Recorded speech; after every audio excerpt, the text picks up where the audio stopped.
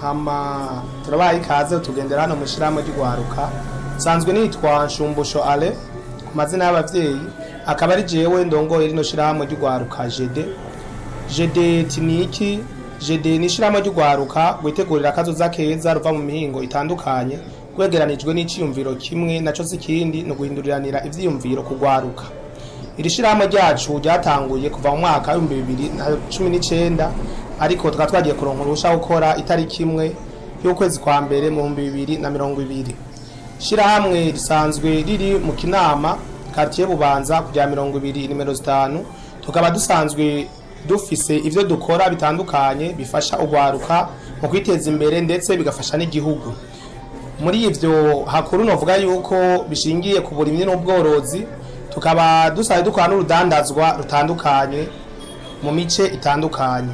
Dusanzwe turima aho turima ibintu bitandukanye nampereye nko ku giterwa c'umuceri tukongera tukarima ibibogaboga ico novuga nk'irengarenga imisoma n'ibindi n'intore ibintu nk'ivyo n'amatomati.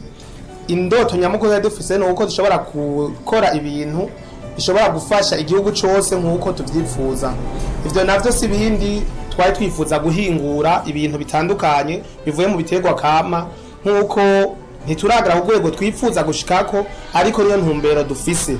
Dusanzwe dufise rero ivyo twatanguye gukora aho dusanzwe dufata irengarenga tukaziminyamwo imbuto tukazihinguramo izindi mbuto aho benshi imbuto z'irengarenga basanzwe bazibura bivuye ku mvo zitandukanye ndetse n'igiterwa c'umuceri. Imbuto kugira ngo zihingurwe bifata ikintu kitari gito gishaka ku mezi 5.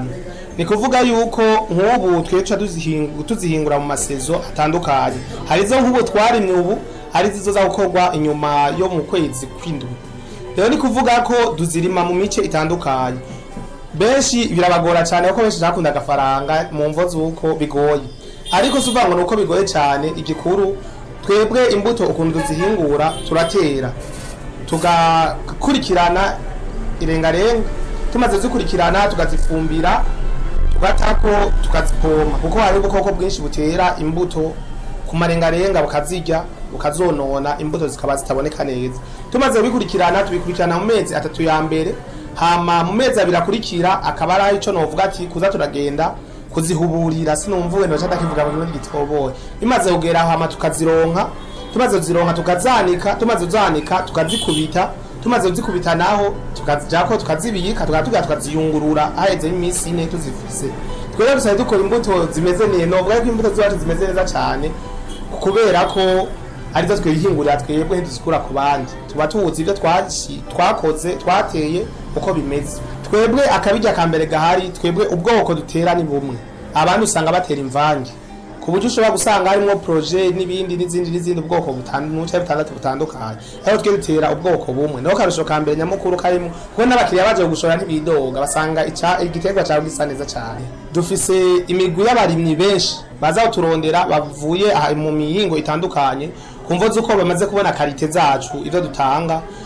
Twebwe tushorerwa cyane n'abarimyi bato bato afara abarimyi bakomakomeye cyane twaronka abo dushobora gukorana nabo abarimyi bato nibo turakorana bakadufasha ego bakaza kudushorera. Twebwe novuga ko dufise intumbero nyamukuru mu minsi iri imbere aho tuzoshobora kuzishira mu mambaraje tukazidandaza ku masoko atandukanye.